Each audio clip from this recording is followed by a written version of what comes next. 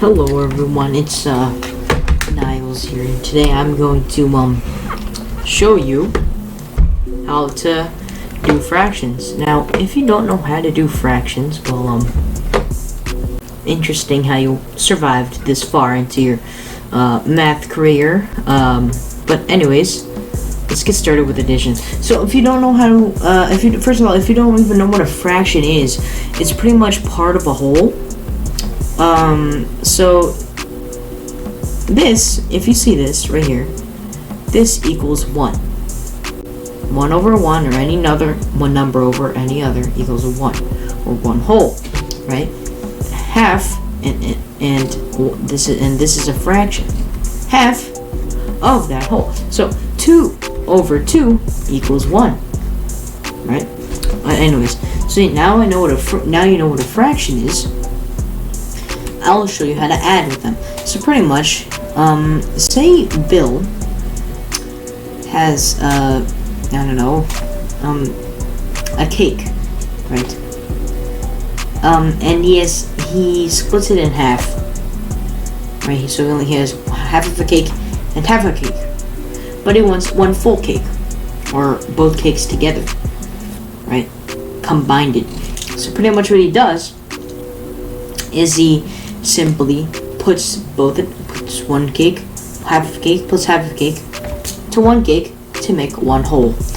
Easy as that. But say Bill has a cake and half a stack of logs. So let's say a stack being 64, half of that 32. So let's say 64 is 1. So 64 is 1. So half of 64, 32. Okay, so say he has half a stack of logs and half a cake. He can't put them together because you can't mix cake and logs, right? That's not a thing. So pretty much, let me show you how to do that in numbers. So I have 1 over 2, a half, plus a half equals 2 over 2 equals 1. So I can add here, but the reason I don't add the denominator, okay? You never add the denominator when it comes to addition or subtraction, okay? You never add the denominator, so it'll just be 2 over 2.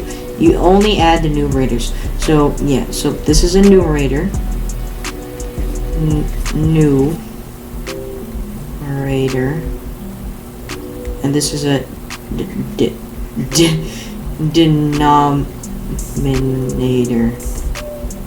Yeah, right here. Numerator, denominator. Ignore my trash handwriting. But yeah. But say I have 1 over 2 plus 1 over 3, right? This is the cake, this is the logs. You can't put them together. So pretty much what you do is you have to find the same, you have to find the least LCM, the least common multiple. You have to find that with the denominator. So the least common multiple is 6. So you turn the denominator into 6, and 2 times 3 equals 6.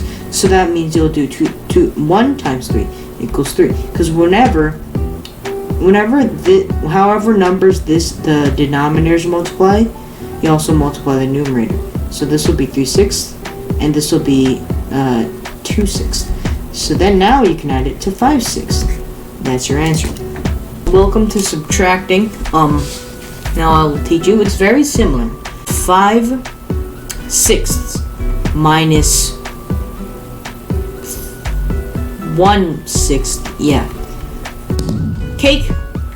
So these two are basically your cakes in this scenario.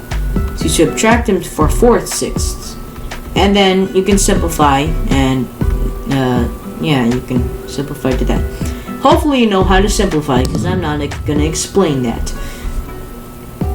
And now, so yeah, now you know that. But say I have 5/6 minus 1/3. You know, you don't want that. You don't want to remove the stones away from the cake, because there's no stones in the cake. Right? So you can't do that. So pretty much this stays the same, 5/6, because the least common multiple, the LCM is 6. So 5/6, multiply that by 2, multiply the denominator by 2, so 6, and the numerator by 2, which will be 2, and then it'll be 3/6, and you can simplify it to 1/2. Perfect. And now, that's basically the TLDR. That's basically what it is. It's not that hard to memorize, to be honest. Just never subtract the denominator, and remember to find the least common denominator. Least common multiple for the denominator. Remember that. And you should be good. I mean, there's nothing to lose with that one. Welcome to multiplication. Now, this one's different from adding and subtracting. So pretty much, say I have 3/4 and I want to multiply it by 2/5. You can see let me just undo that. 2/5. There we go. You can see that they don't have the same denominator, which they don't have to. In fact, actually, you can just multiply going this way. So you could do 3 times 2, which is 6. 4 times 5 equals 20. There you go. That's easy. You can simplify it to 3/10. It's literally that easy. You can do it with any number, like any fraction, like besides a mixed fraction. But say I wanted 5/7 times 9/7. You can even do like that, because this will be 49. This right here will be 45. Right? Easy. It's literally the easiest thing to know, the easiest thing to memorize, and probably the easiest thing on this whole teaching list. So yeah, if you ever get an answer wrong with this one, it's just because your multiplication skills isn't the best in that area. Because this is pretty straightforward and easy. So yeah, let's go to the next one, which is dividing. Welcome to dividing, and as you can see, I changed things up. Now we have a dark and mooding and emo background. So pretty much in here, so say I have 5 over 7 divided by 3/4. Say I want that.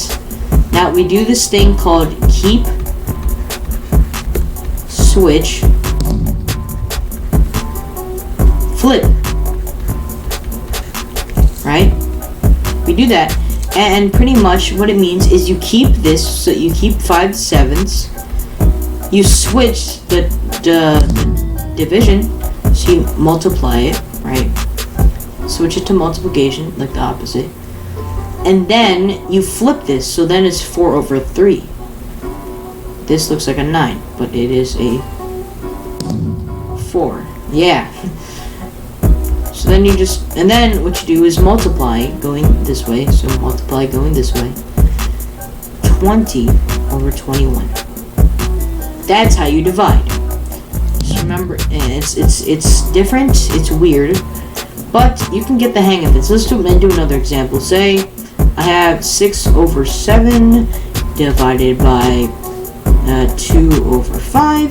Keep 6/7. Switch the division to multiplication. Flip the 2/5 to 5/2, and then multiply. So 6 times 5 equals 30. 7 times 2 equals 14. And then there you go. That's the answer. Thank you for watching. Don't forget to subscribe. That wrong outro. Thanks for watching. Hopefully you enjoyed the video. Most likely you didn't learn anything, but that's okay. Anyways, yeah. Goodbye.